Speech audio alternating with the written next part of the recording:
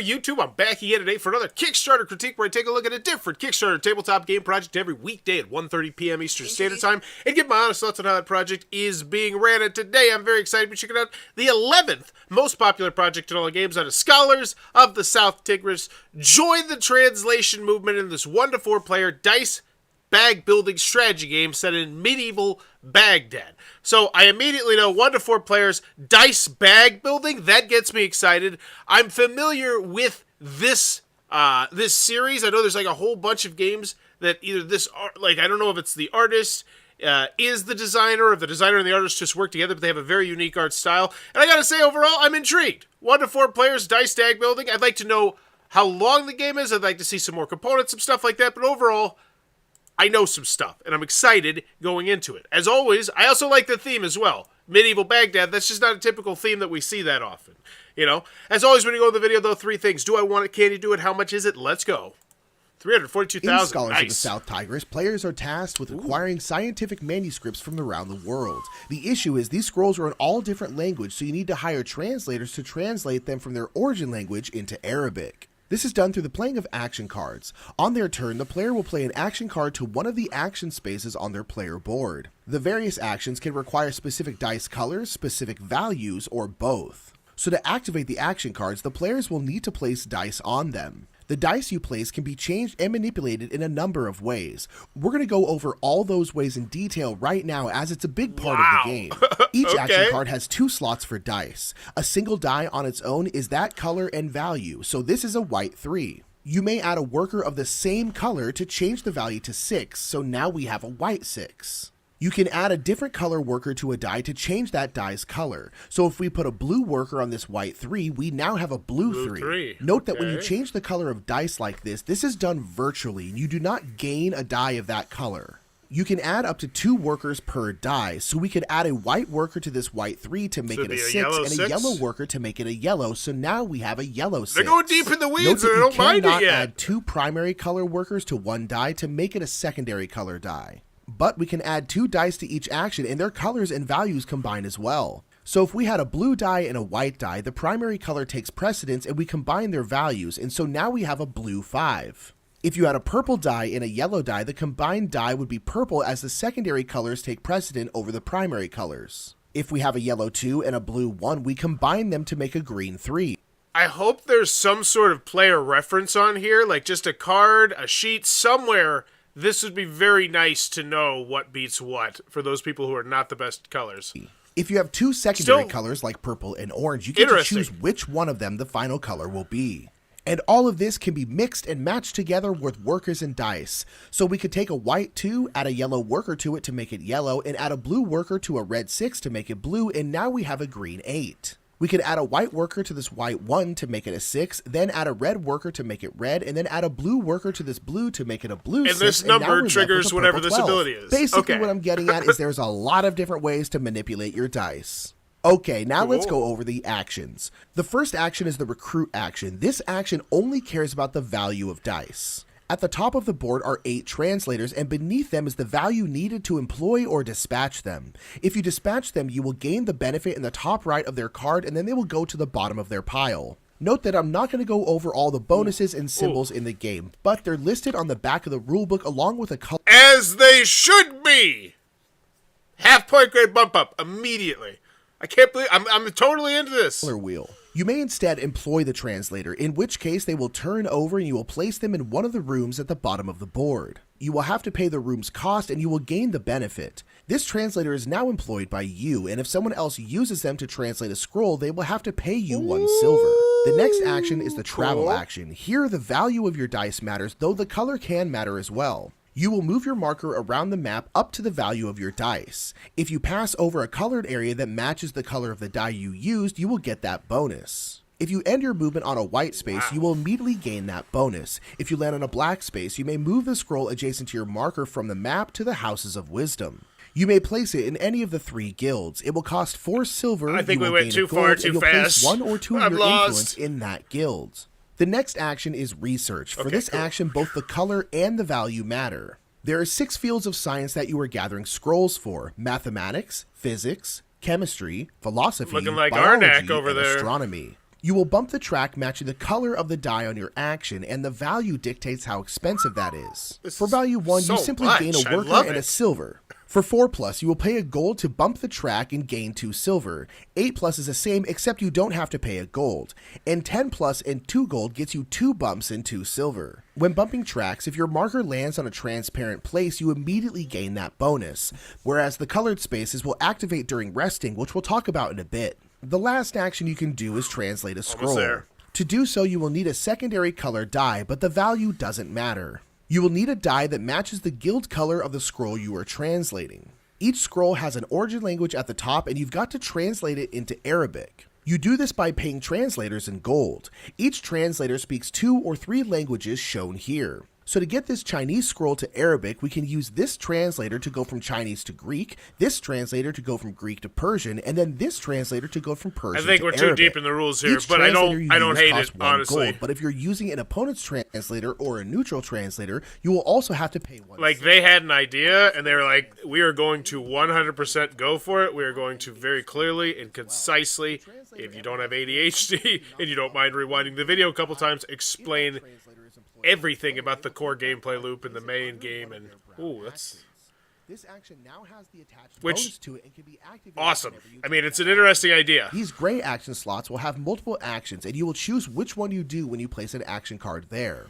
If you cannot or do not want to play an action card, you can take a rest action. When you rest, you will draw a scroll card from the bottom of the deck and add it to the map, and then you will activate the rest ability on all the action cards you played from left to right. Many of these will allow you to gain income from the various tracks. When doing so, you will gain the benefit from the highest colored space you have reached on that track. Note that you don't activate all the tracks, just the ones you played matching action cards for. The only one you will always activate is Astronomy, as this dictates how many dice you pull out of your bag. Then you will take your action cards back, place dice from your action cards back into your bag, and workers back to the general supply.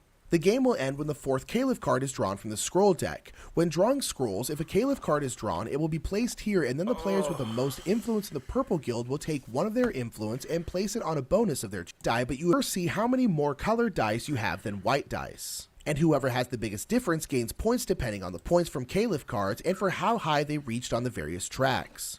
And finally, players will act. The player with the most points will win. Okay. This is too deep on the weeds on the rules. I agree. Wow, too deep. Yeah, I agree, but at the same time, it's very deliberate. Like, you get through halfway through that video, you know what you're getting. So it's there if you... I mean, I don't have a problem with it. And so does nearly 5,000 other people, as it's raised $342,000. It's just, it's different. I feel like this is when you see a sports team doing really well with defense. And you're like, oh my gosh, they got a game manager, we don't, like, and it's just like, because they're just playing great defense here. They're just like, this is the game. It's amazing. It's fantastic. Here's exactly how to play it.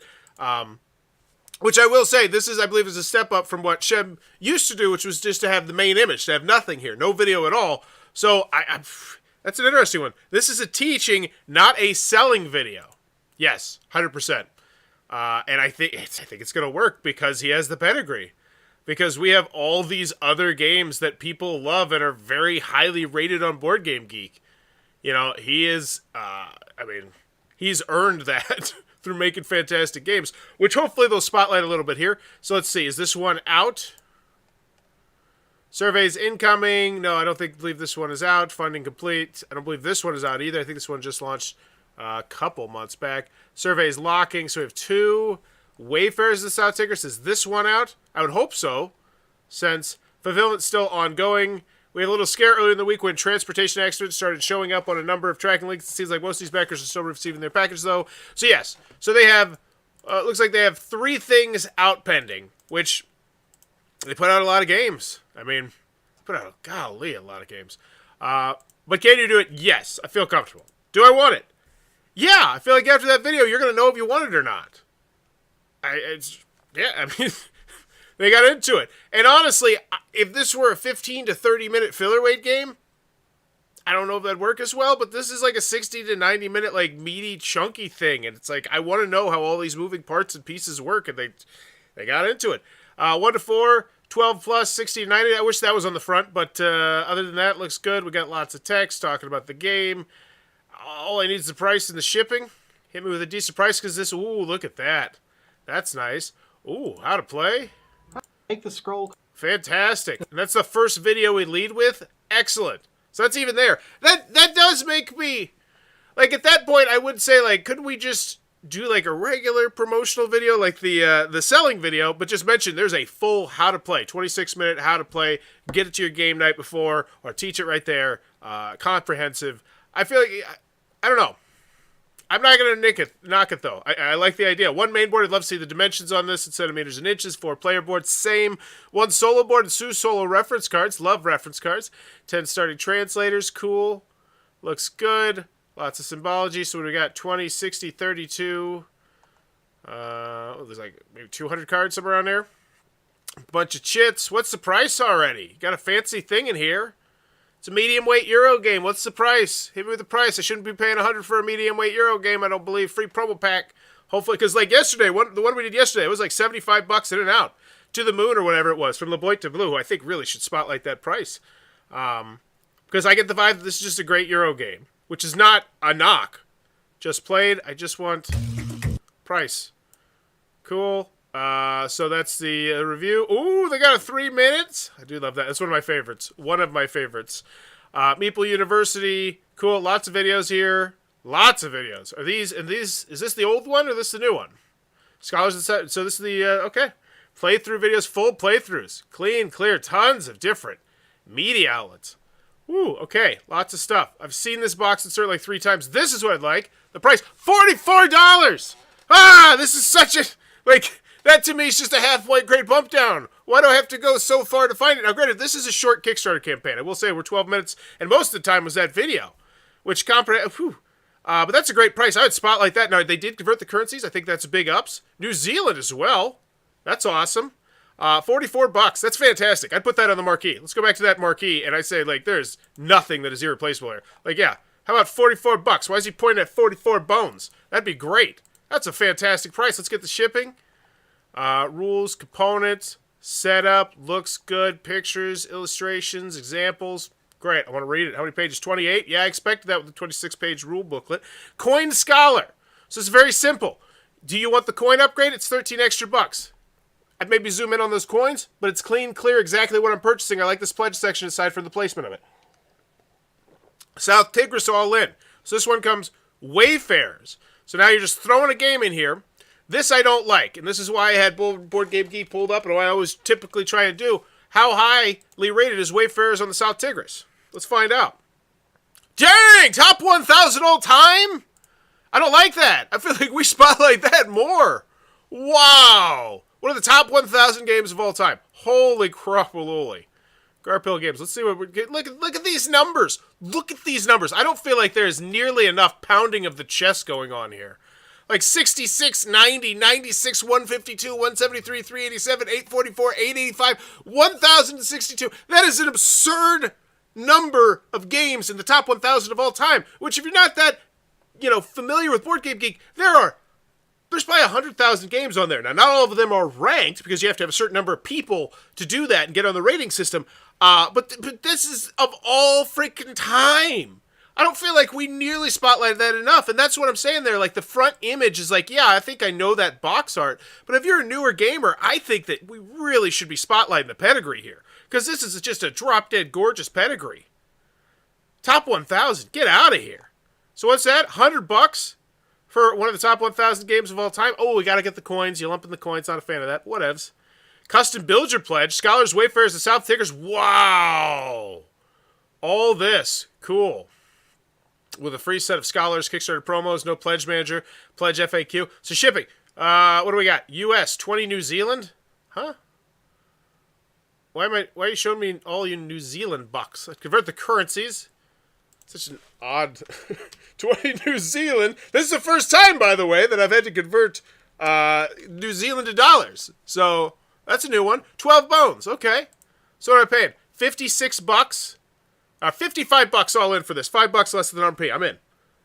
Yeah, complex. This is super complex. Like, that one looked chunky.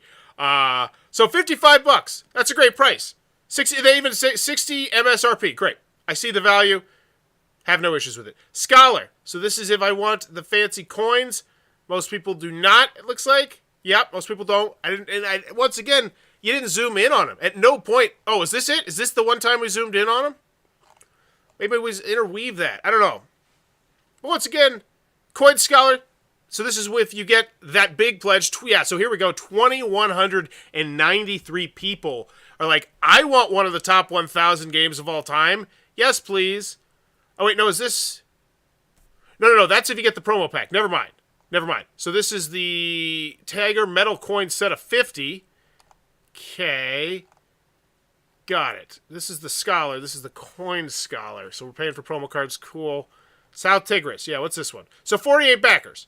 Maybe if you spotlight that a little bit more, it'd be a little bit higher. Like, this is one of the top 1,000 games of all time. You can scoop both of them up for less than $60 a pop.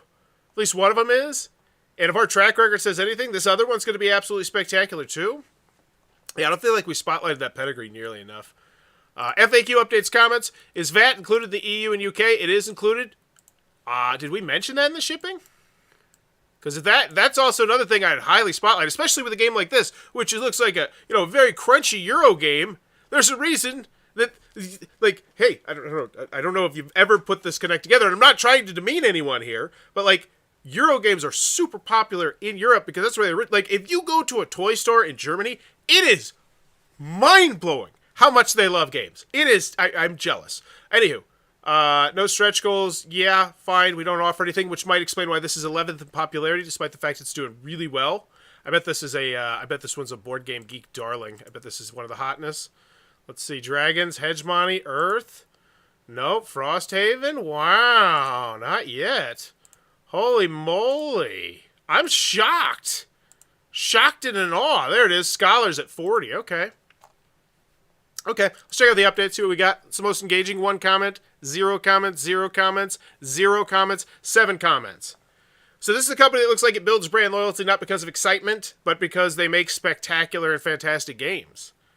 But yeah, none of these have any comments on them. Like, they get lots of hearts, but we do not use a pledge manager or any aid tail, so this is just talking about some info. Okay, welcome aboard. Let's see what the most engaging one is. It's the first one, 7 comments. Let's see if that's just people excited. Another awesomely streamlined Kickstarter. Would be nice to be able to have add-ons from another series of stockers and fulfillment centers. Yeah, that'd be a great. Like, that would be a banger of an add-on where it's like, all these games potentially open to you. Maybe, I don't even know how you do it. We say this is a heavy game yet out of the series. This might be the hardest of those to teach, but Paladins and Scholars would burn your brain a lot more while playing. I love the brain of... Okay, so he's coming in here, answered the questions, looks good. Once again, customer service. I'm not worried about whether or not I'm going to get this. It is a proven track record. Can't wait for it either. I'm super hyped for this game. Just people excited to play the game based on the fact that they consistently release banger after banger after banger of games. And yeah, do I wish there was more flash and panazz and flair and hype and this and that, the other thing? And do I think they'd make a little bit more money? Yeah, but at the end of the day, they got a way of doing it. And they're slowly, incrementally making this more exciting. Because like I said, if we go back in history, there's been a couple of them where I knocked it, where I didn't even cover the projects just because there's no video. I'm just like, that doesn't even get me excited. I want to be excited about the projects that I cover. So at the end of the day, final grade for this one. Do I want it? Yes. And I feel like they pinpointed their audience and like, here's how to play. Here's this video. You got 6 minutes. You're going to have a gist of how this is played because most people have a longer attention span than I do. So, and then, because here's the other thing. Typically, I knock companies with like, oh, why didn't you try and get more people, non-gamers? So like, it's when there's an intellectual property game. So let's say like the Street Fighter game. And if they go completely 100% for Street Fighter fans and they don't try and get board game fans, I knock that because it just makes logical sense to go for both of them. But with this game, it's not like you're going to be scooping up, filler weight game fans and like lightweight game fans and gateway game fans. So they were just like, here we go. So that video, as much as it's not my cup of tea personally, I feel like it was a good move. So do I want it? Yes. Can you do it? Yes. How much is it? Fantastically priced. So this should be a good grade. But at the end of the day, I feel like not mentioning that price higher is really a misstep because it is a fantastic price. Less than $60 in and out the door. United States of America. The sequel to one of the top 1,000 games of all time, which you could also purchase in this. You want one of the... Because... And they didn't go that route. I don't feel like they pounded their chest nearly enough about the pedigree, and I think that could have just got a little bit more excitement buzzing for that. No stretch goals. You don't have to have those, but that's also going to make it so there's why come back to this campaign. And you can see that in the updates. Like, you can see no engagement whatsoever because people are like, yeah, here's my money. I'll see you next campaign. Which is what you want, I suppose, but it's just not fun. It's sexy. Still, I'm going to go with A- on this one. B+.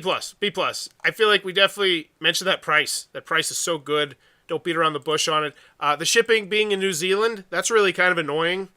Like, and that's such a weird oversight too, because you did a great, like, I spotlight, like, oh my gosh, they converted the currency to New Zealand. Now let's check out the community. Let's see how much love you New Zealand's bringing in here. 91 backers, cool. London 66, big ups. So yeah, look at that. But still, most of the people from the United States of America just dominated, because that's typically what it is. So at the end of the day, I'm going to go with an A- on this. Let me know in the comments below, what is your final grade for Scholars of the South Tigris? And also, let me know in the comments below, which is your go-to game in that universe? Because there's so many of those games. I didn't realize they were all that highly rated. Like, that is just amazing. Like, that's Stefan Feld. That's Uli Rosenberg level, just kind of creeping in there. Like, good for them. Well, let me know in the comments below. And as always, thanks for your time, YouTube. Bye-bye.